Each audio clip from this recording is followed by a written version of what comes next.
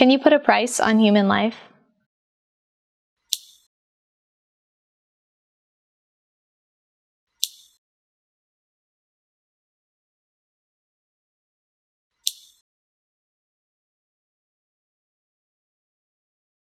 My name is Nancy Pickett, and I'm a student filmmaker.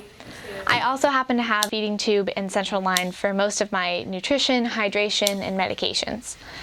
I have 7 doctors in 4 different healthcare systems, and there's no cure for my conditions right now, so I'll probably be like this for the rest of my life. Before the Affordable Care Act was passed, as that number got bigger and bigger, I'd get closer to my annual cap on benefits, and after I reached that number, my insurance wouldn't have to pay for anything else the rest of the year. The next year, even if my coverage reset, I'd probably end up reaching my lifetime limit on benefits, and at that point my insurance company could deny me coverage ever again just because they'd already spent a certain amount of money on my health care. The ACA kind of reversed the system, this time to benefit patient care. They got rid of the annual and lifetime cap on benefits, and they instated what was called a maximum out-of-pocket expenditures, so that families like mine wouldn't go bankrupt from paying all these bills that came from the overly inflated healthcare system. I get letters every single day from people who say, this has saved my life, or this has saved my bank account. As we all know, the ACA is a delicate balance. President-elect Trump even expressed support for the 3 most popular parts of the law: pre-existing conditions, allowing young people to stay on their parents' insurance until age 26, equal treatment for women. But Republicans will soon learn that you can't keep the good parts of the ACA and remove the rest of the law and still have it work. When it's time to leave my parents' insurance, it's really important that not only am I ready and able to support myself, but also that I'm going to have the coverage that I need. If an insurance company was allowed to say that they're not going to cover my gastroparesis just because I was diagnosed at 15, that would leave me paying out of pocket for my feeding tube, my central line, my TPN, most of my meds, and it would really start to add up. Even if I went into liver failure from being on IV nutrition, they could still relate that back to gastroparesis, since that's the reason I was on TPN in the first place. I could get coverage for a mammogram to prevent breast cancer, but I couldn't get coverage from the disease that I'm actually suffering from. So we're going to repeal Obamacare. We're going to replace it with something that's going to be terrific. If someone wants to accuse me of doing everything I can to stop this terrible Affordable Care Act in its tracks, absolutely. First, we agreed to repeal the Affordable Care Act because it's not working for the American people. We're going to have a health care that is far less expensive and far better.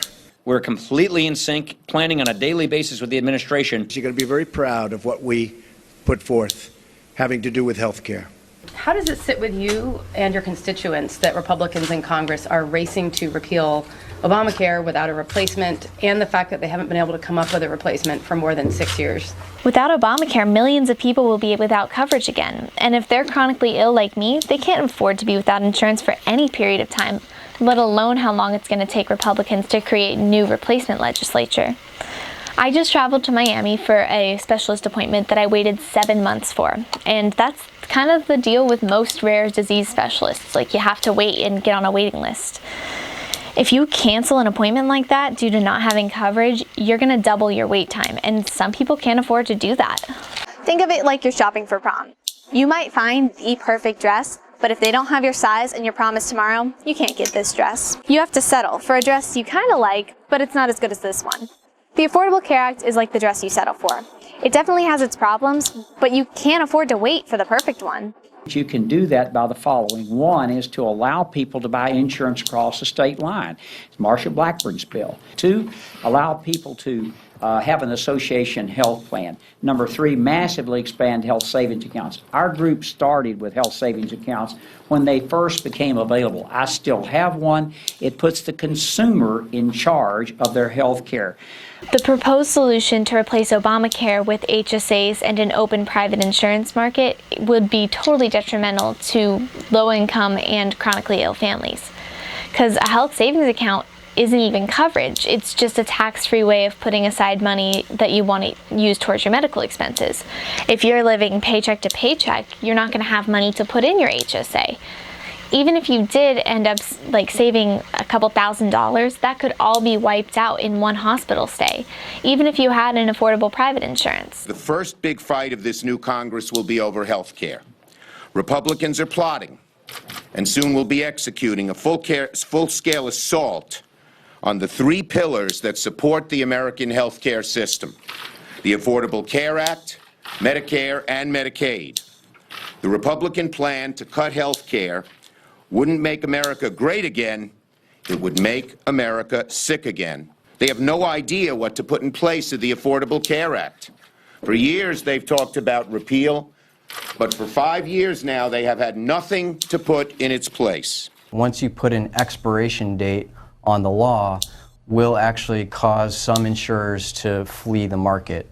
And CBO's report put a number on that, said that in 2018, 10% of the country would have not a single insurer. Do you believe that health care is a right of all Americans, whether they're rich or they're poor? Should people, because they are Americans, be able to go to the doctor when they need to? I look forward to working with you to make certain that every single American has access to the highest quality care and coverage that is possible. Has access to does not mean that they are guaranteed health care. I have access to buying a $10 million home. I don't have the money to do that.